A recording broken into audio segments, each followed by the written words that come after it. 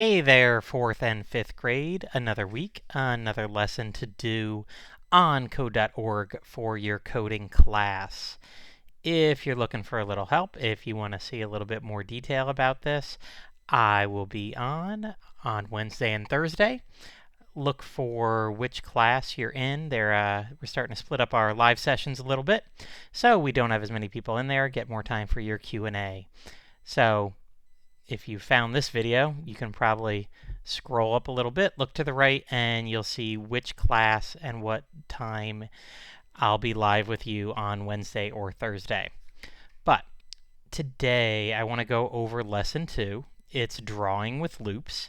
It takes us back to the idea of pixels, which we talked about those first couple weeks when we had you draw your name in the little pixel art fashion. But you're going to be doing drawing with loops. There's, let's see, 11 challenges. Really, 2 of them are videos. So really, you've only got 9 challenges that you have to do today. And most of them are pretty simple. The first one, it just says play around with it. So if you just want to play around with whatever you want, moving, turning, jumping, coloring, whatever you pretty much do, it will be okay. When you move on, it won't give you the little ding of happiness, but whenever you move on, it will indeed give you credit for doing that. I kind of want to just go over one of the ones this time. It's number 7. It is the challenge, and I'm going to quickly delete that. I want to show you everything that you should be checking out that I kind of made note of when I was doing these. And it comes down to this. First off, that workspace, you're going to be able to do almost every one of these challenges, every one of the practices this week in fewer number of blocks than that. And the way to do that is always use a repeat loop. Almost all of these are symmetrical figures. I think all of them are symmetrical figures. Sorry, not almost. They all are. Make sure you use repeat. And when you do use repeat, the number one thing that'll stop your program from running is if you don't give it a number. So make sure you give that a number. This thing looks like I'm going to probably have to do it a couple different ways. Secondly, I made note on read the directions.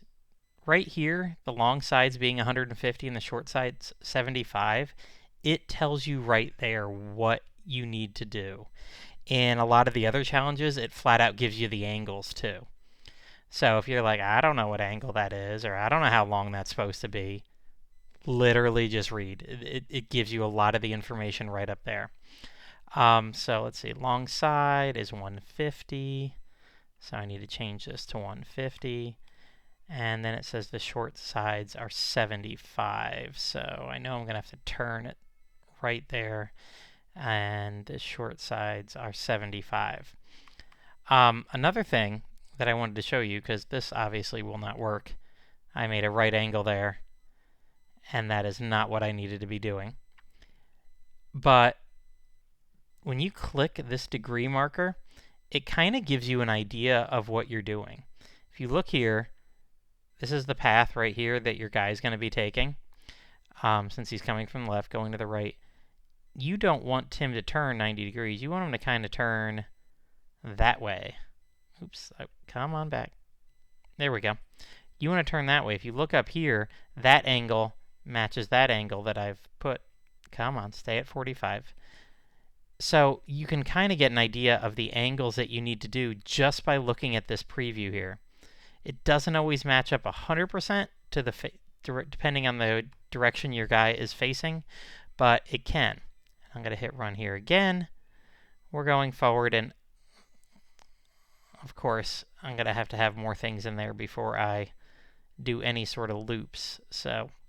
But I just wanted to show you a couple of things to pay attention to. Looking at the reading the directions. It's got the amounts there.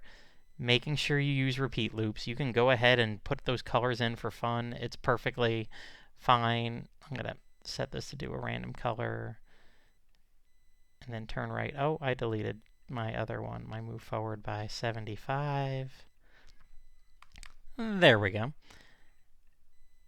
And there we go. I just did 2 parts of this with some colors and by reading up here for the sizes and playing along with the degrees button.